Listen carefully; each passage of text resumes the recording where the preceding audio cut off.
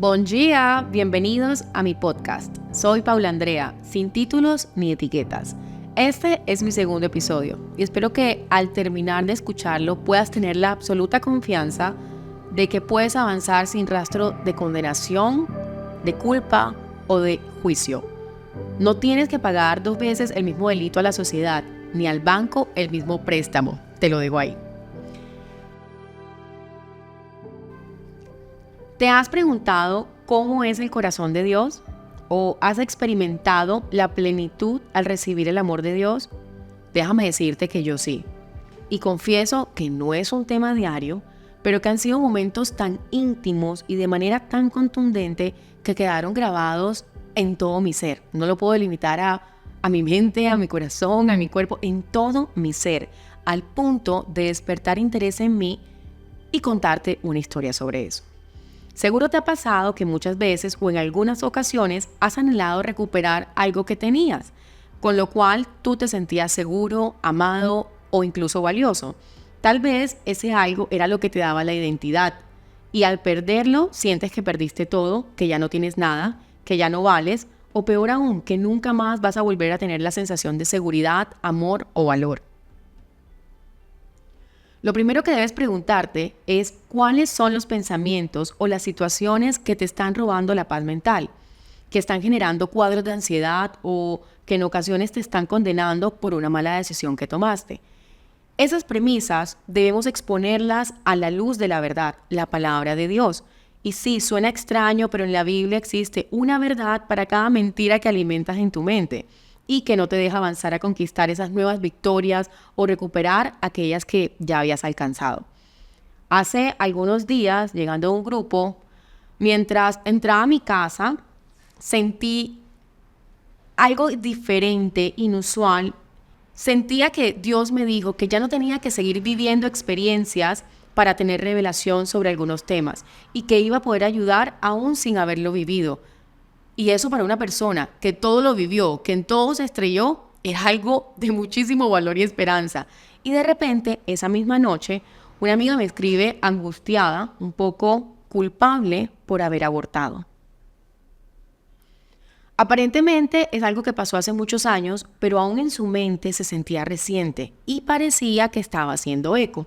En su mente la atacaban pensamientos de condenación, de preocupación y sobre todo el anhelo de poder ser dadora de vida. Sentí que fue volver al pasado, esta vez no para condenarlo, sino para ver, casi como Dios me sacó a mí de una noche oscura, inundada de culpa, tal vez en otro contexto, pero con el mismo condenamiento y la misma preocupación, y pude tener la convicción de que así como Él lo hizo conmigo, lo iba a hacer con ella. Simplemente lo sentí. Y entonces se vino a mi mente la necesidad de decirle que lo primero que debíamos hacer era acercarnos al Padre, con confianza y hablar con Él, porque Él brindaría misericordia y gracia para ayudarla oportunamente.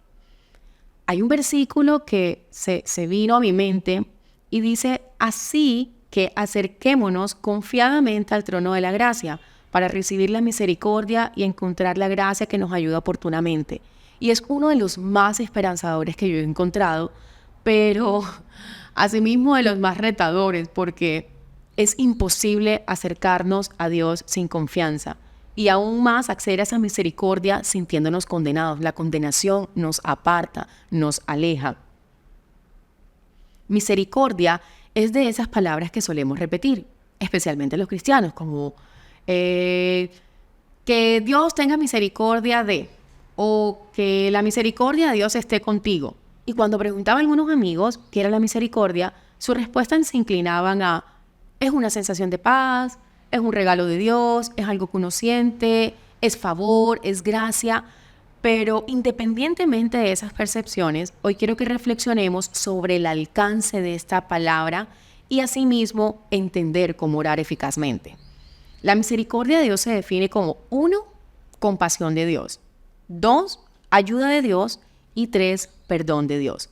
Esa noche sentí dentro de mí que ella necesitaba e iba a recibir de Dios compasión, ayuda y perdón. Si bien ella había confesado su acción, su dolor, aún las secuelas, sentía la necesidad de repararlo. Y ella sí que anhelaba repararlo. Aún mejor, ella me estaba diciendo que anhelaba ser dadora de vida, instrumento de vida, quería volver a quedar embarazada.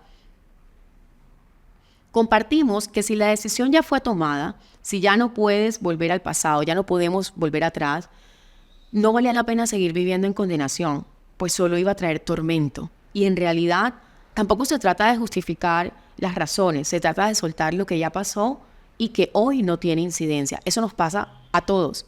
Hay cosas que siguen atormentándonos en nuestra mente y es momento de decir, alto, eso ya pasó, hoy no tienen incidencia. Y ante eso, ella me preguntó, ¿no la tiene, Pau? Así muy genuinamente, ¿no la tiene, Pau? Y le dije, solamente pude responder, controlar el futuro no puedes. Saber lo que va a pasar tampoco puedes. Entonces se trata de organizar los pensamientos para separarlos, al punto de reconocer que es un juicio que te estás haciendo a ti misma que lo convierte en culpa y en tormento. Separarlo y decir, uno, ya Jesús pagó por mí. Cuando Jesús estuvo en la cruz, Él ya pagó por nuestros pecados. El juicio ya se hizo. Jesús ya venció. Así que ya fue. No hay más. Y si se necesitaba justicia o que alguien asumiera la responsabilidad, Jesús lo hizo por ti. Fue lo que le pude decir. Ahora, quien confiesa y se aparta de esas acciones, alcanza misericordia. Y ese era su caso. Alcanzar misericordia significaba en ese caso acceder a compasión, ayuda y perdón. En Lucas hay un versículo que menciona, ¿quién de ustedes, que sea padre, si su hijo le pide pescado, le dará a cambio una serpiente? O si le pide un huevo, le va a dar un escorpión. Pues si ustedes, aun siendo malos, vamos a decirle no tan buenos, porque hay papás muy buenos, ¿verdad? Saben dar cosas buenas a sus hijos, ¿cuánto más el Padre Celestial dará al Espíritu Santo? Dará el Espíritu Santo a quien se lo pide. Entonces, ¿crees que Dios te va a dar una serpiente o un escorpión? ¿Crees que Él te va a dejar con las manos vacías, con el útero vacío? Por supuesto que no. En su corazón no hay lugar para el rencor, para la venganza, ni para el castigo. Por el contrario, Él se compadece de nosotros y se nos revela. Le decía a mi amiga, Él se ha compadecido de ti y se te ha revelado. Te ha hecho ver lo importante y ha vuelto tu corazón hacia Él. El pescado en la Biblia significa o tipifica milagros. Cuando no había que comer y dicen, tiren la red y pesquen, significaba milagros, llegaban los peces a la red. Pero también puede ser alimento, provisión, fructificación, multiplicación. Y si entendemos el pescado asociado a la fertilidad, el pescado es un milagro. Así que si tú le estás pidiendo a Dios un milagro en tu vida, en tu útero, Él no te va a dar una serpiente. Es decir, Él nunca te va a dar una maldición. Dios es un Dios de pactos, de bendición. ¿Quién de ustedes que sea padre, si le pide a su hijo un milagro, le va a dar a cambio una maldición? ¿Quién de ustedes que sea padre, si su hijo le pide fertilidad, le va a dar a cambio una maldición? O si pide un huevo, un escorpión. Ningún padre, y mucho menos nuestro Padre amado, nuestro Dios perfecto, que solo tiene anhelos de que vivamos una vida en libertad, en paz, en armonía, en sanidad, y que podamos incluso llegar a ser esos instrumentos para otros que siguen bajo esos hábitos de condenación. Nada es casualidad. La palabra huevo tiene un significado. La palabra huevo significa célula a partir de la cual se desarrolla el embrión de un ser vivo. Empecemos por ahí. El escorpión significa peligro, veneno, algo que produce dolor. ¿Y quién creería en la vida que si tú le pides a Dios una vida, un embrión, Él te va a dar dolor? Ninguno.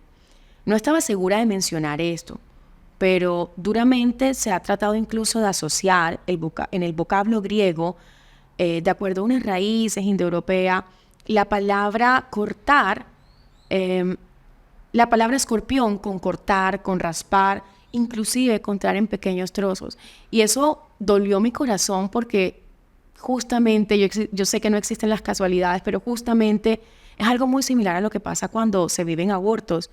Pero lo esperanzador es que si tú le estás pidiendo a Dios huevos, hijos, embrión, fertilidad, ¿tú crees que Dios te va a dar el dolor que viviste en una temporada oscura de aborto? Claro que no. Él no va a revivir esa noche oscura. No lo va a hacer porque es un Padre de misericordia, se ha compadecido de ti y te quiere dar la ayuda oportuna que mereces. ¿Sabes? Yo le decía como, decide hoy perdonarte. Y hoy lo digo aquí abiertamente, independientemente de las acciones que hayamos hecho, pensado, algunas buenas o malas, tendemos a condenarnos, porque socialmente también hay posturas de está malo, está bueno. Y si tú estás escuchando esto, independientemente del lugar en el que estés o la acción que hayas cometido o hecho, decide perdonarte. Dios ya te perdonó, no te condenes más. ¿O acaso es que a un culpable lo andan juzgando más de una vez? Él ya tomó la sentencia de muerte por ti, por mí, para sembrar vida dentro de nosotros y quienes vienen detrás de nosotros, sea familia, sea amigos, sean nuevas generaciones. Y para aquellos que dicen, no, es que yo no he vivido un proceso como este, o es que no me identifico casi, no me pega, tal vez no es el milagro de la vida como un bebé lo que te haga recordar un pasado, pero si hay un milagro por el cual tú estás esperando y crees que no llegará porque está asociado a una acción que trae dolor a tu vida. Y el asunto es que no te has dado cuenta que ya Jesús tomó tu lugar por ti. Él ya cargó tu cruz. Él ya dio su vida para que tú fueras libre. Entiende conmigo esto. Él ya dio su vida para que tú fueras libre. Así que disfruta y adórale por lo que hizo en ti. No mires atrás. Eso es de mis premisas como de mis remas. No mires atrás. Corre la carrera de la vida. Olvida lo que quedó atrás. Prosigue la meta. Ponte metas que puedas cuantificar, que puedas ver progresos, que puedan motivarte, animarte. Prosigue a la meta. Porque en Dios está tu fuerza, tu ayuda y tu mayor fuente de sabiduría. No me voy a cansar de decir que la sabiduría viene directamente de Dios. Cuando entendí que no estaba sola y que era más sencillo de lo que pensaba, que solo debía intentar lo que Dios ya me había dicho que tenía que intentar, me di cuenta que hasta Dios ya había creído en mi potencial desde el día que me creó. Es que Él me había creado para eso. Solo tenía que cuidar mis palabras, la forma en la que pensaba, en que actuaba, soltar mi pasado y creer en mí. Y yo te invito a que tú hagas eso también hoy. Por favor, no dudes más de ti. No te autosabotees. Confía en lo que Dios depositó en ti. Avanza en la libertad de aquel que conquistó ya una vida para ti. Y es momento de disfrutarla. No es mañana, no es ahorita, es ya. Porque el pasado fue incluso hasta 2 segundos atrás. Así que disfrútala.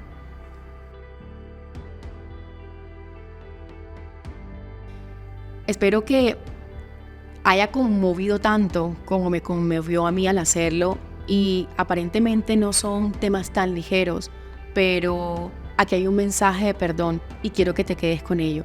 Quiero que sigas continuando escuchando esto y que traiga mayor edificación a tu vida como lo hace en la mía mientras escribo, investigo y armo todo esto para que tú y yo podamos ser completamente libres.